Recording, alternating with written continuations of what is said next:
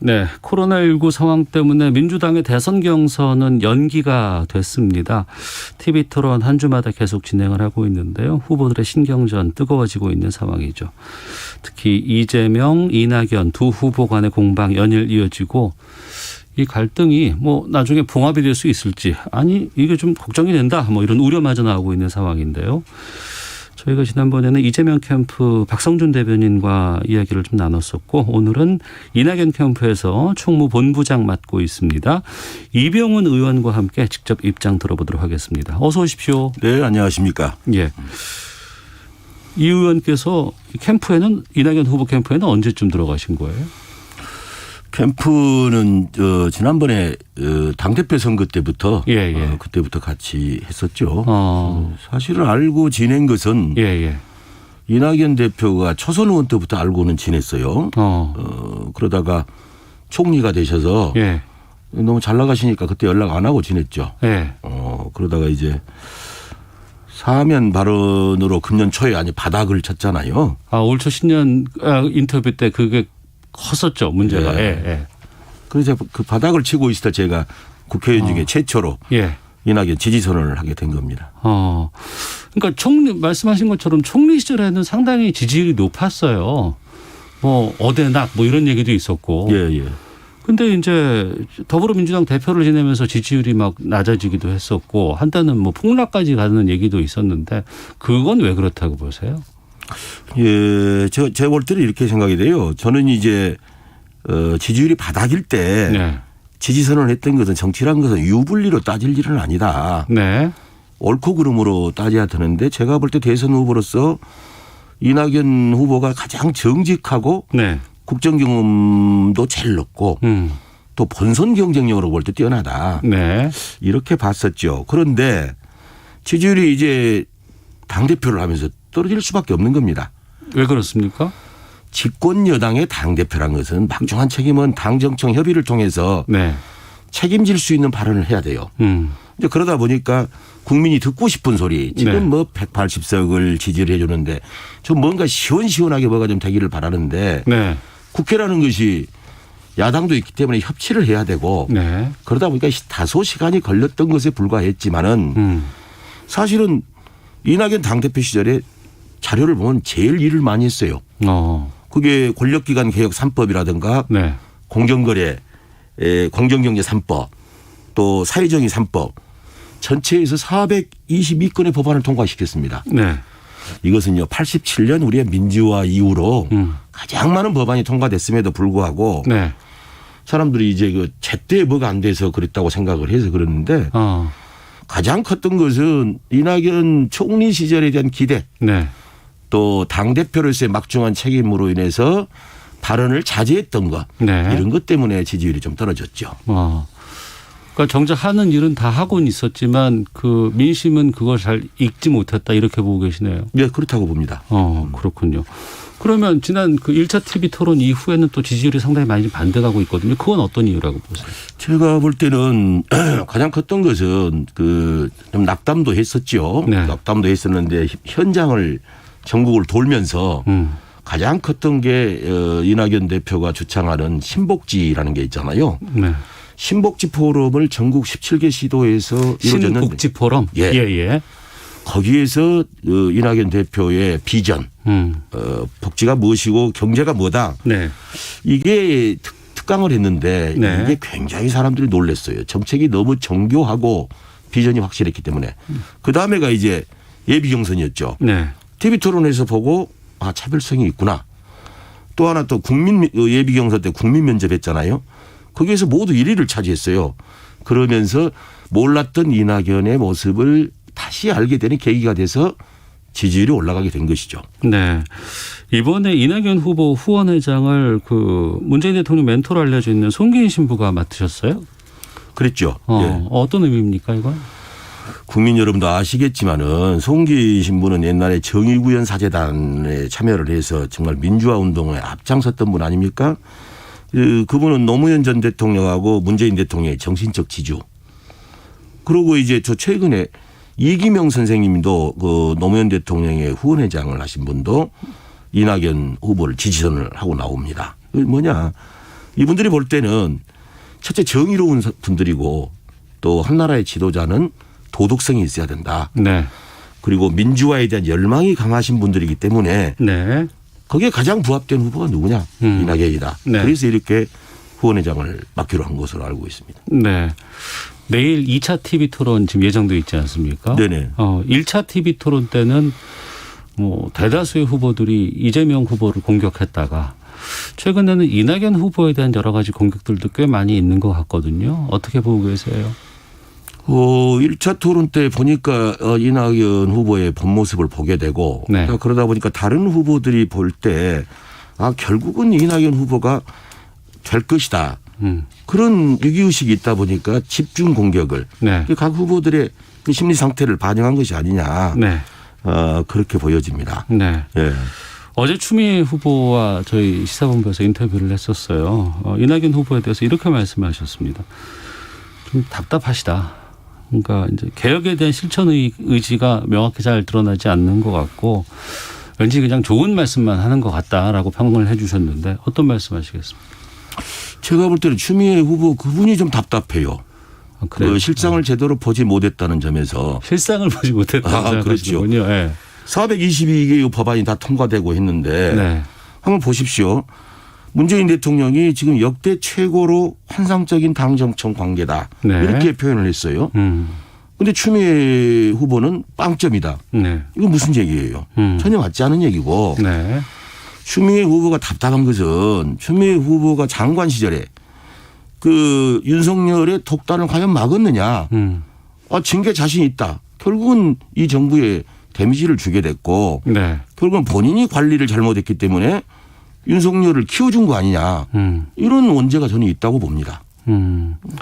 알겠습니다.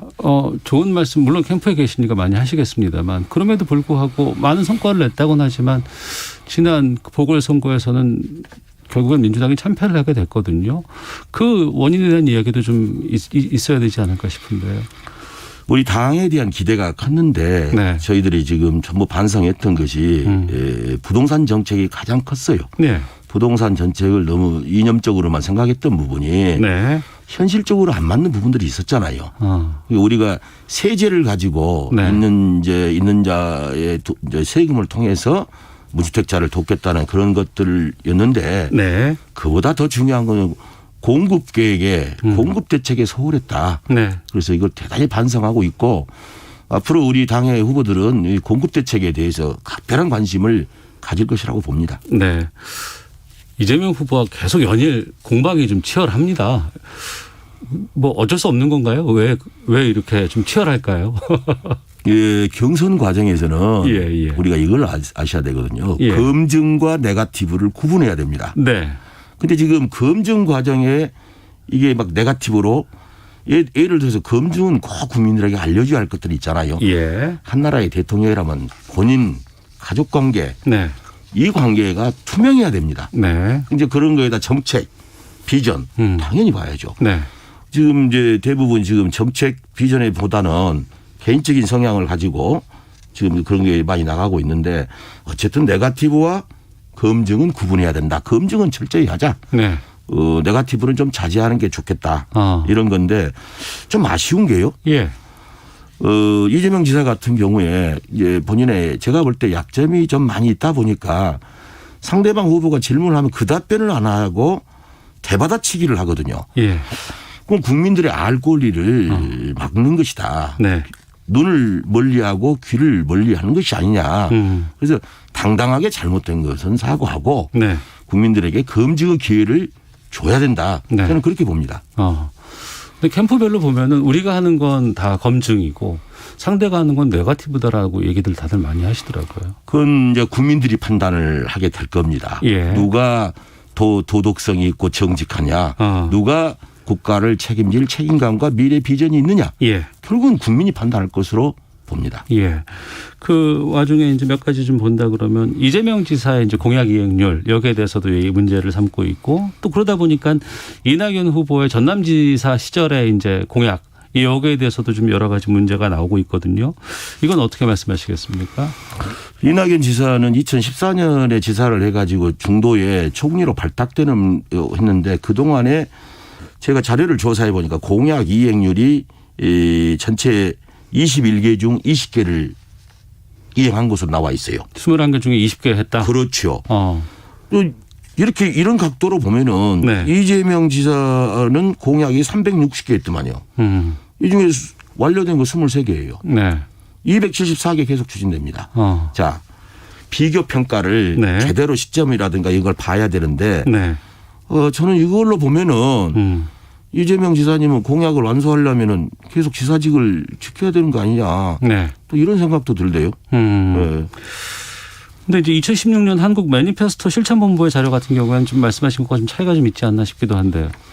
평가 시점에 따라 차이가 나거든요. 예. 어떤 경우에는 이낙연 지사가 그 당시에 지사직을 수행할 때 전국 광역자치단체에서 아주 저점을 받은 것도 있고 아주 높은 평가를 받은 것도 있어요. 네. 마찬가지로 이재명 지사도 가장 17개 시도 중에서 가장 꼴등을 한 기록도 있고 또 잘 받은 경우도 있고 네. 그렇습니다. 그래서 캠프에서는 자기 유리한 걸 이렇게 제시를 하다 보니까 네.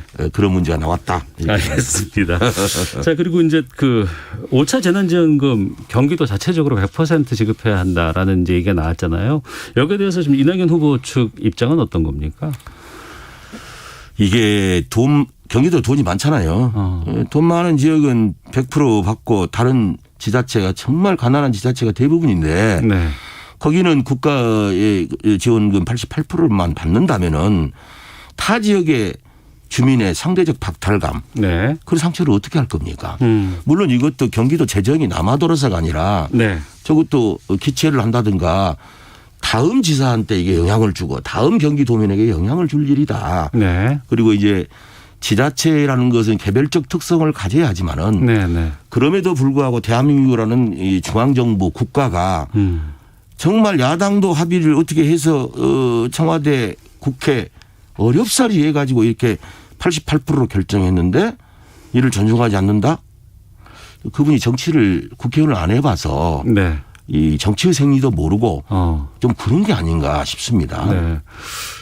국회의원 생활을 안 해봐서라고 말씀하셨습니다만 지금 이제 그런 부분들이 있지 않습니까? 그 민주당 내에서 이제 경선 후보들인데 너무 이게 좀 치열하지 않느냐. 그리고 원팀으로 앞으로 이제 그 대선을 위해서 함께 가야 될 분들인데 너무 좀 갈등이 좀 비춰지는 것에 대해서는 또 지지자들 전체적인 지지자들 입장에서는 좀 그만했으면 좋겠다라고 의견을 주시는 분들도 계실 것 같아요. 어떻게 생각하세요? 그 말씀도 일리가 있는데 예. 우리가 예선에서 네. 예방주사를 철저히 맞아야 됩니다. 예방주사 차원이다. 예. 여기서 철저하게 검증이 돼야 본선 경쟁력이 있다. 네. 여기에서 원팀이라고 서로 뭐 이렇게 하다 보면 국민적 관심도 못 받을 뿐만이 아니라 네. 이제 여야 대 후보가 만나게 되면은 그때 모든 게 적나라하게 드러날 거예요. 그래서 예선 과정에서 그 사과할 건 사과하고 검증을 통해서 네. 그 훈련 우리 소위 말하면 백신을 맞아야 돼요. 그렇다면은 검증은 필요하다 이렇게 네. 봅니다. 예. 근데 검증에 집중하다 보니까 서로 간에 이제 여러 가지 정책 대결이라든가 이런 부분들이 잘 안 보인다라는 지역도 좀 있거든요. 이낙연 후보의 대표적인 정책 같은 것들을 좀 홍보해 주신다면 어떤 걸 말씀하시겠습니까? 제일 컸던 것이 이제 국민이 우리가 3만 불에서 4만 불로 넘어가는데 실제로 살면서 대접을 못 받는 분들이 많다. 그래서 예. 평생복지에 관한 부분이 있어요. 예. 평생복지로 봐서 그 소득 수준에는 못 미칠 망정 그래도 아주 저급한 후진개발국 수준에 맞아서는 안 되지 않느냐. 네. 그런 것이 평생복지가 신복지라는 건데 우리나라의 이제 그 분야가 8개 분야입니다. 주거, 복지 다 들어있어요. 교육 문제도 들어있고. 예. 근데 이게 상당히 촘촘하게 준비가 돼 있고 그럼 이걸 재원을 어떻게 마련할 거냐. 그래서 경제 정책에 대한 것도 역시 이 국무총리도 하고 네. 또 지방의정 경험도 있고 국회 경험도 있고 외교 능력도 있다 보니까 네. 뭐 이런 게 아주 준비가 잘 돼 있다. 네. 이렇게 봅니다. 네. 그래서 앞으로 토론회에서는 내일로 토론회가 있습니다마는 예. 정말 국민들이 가려운 부분이 뭐냐. 앞으로 우리는 뭘 묻고 어떻게 살 거냐.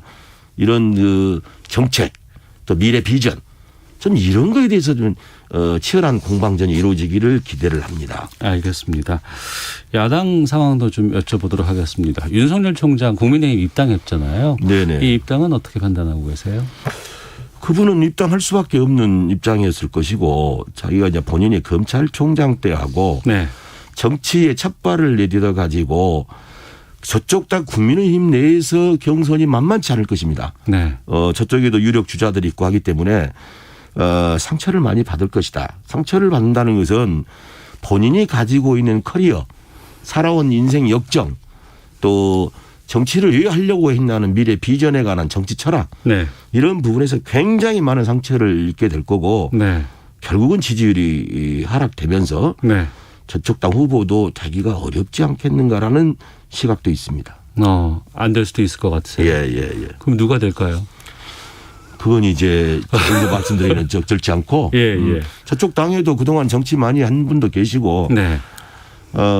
저쪽에 보수층에서도 좀 온건한 보수들 그분들이 또 계시기 때문에 네. 그건 뭐 저쪽의 지지자들이 결정을 해 줘야 될 부분이겠죠.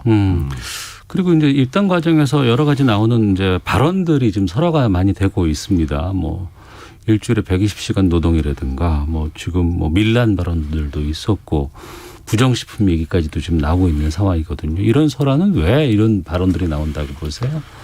윤석열이라는 저분은 평생 검사를 했지 않습니까? 네. 평생 검사를 해가지고 모든 사람을 부정적 시각으로 죄인 다루듯이 해갖고 구속시키는 것이 평생 하는 일이었죠.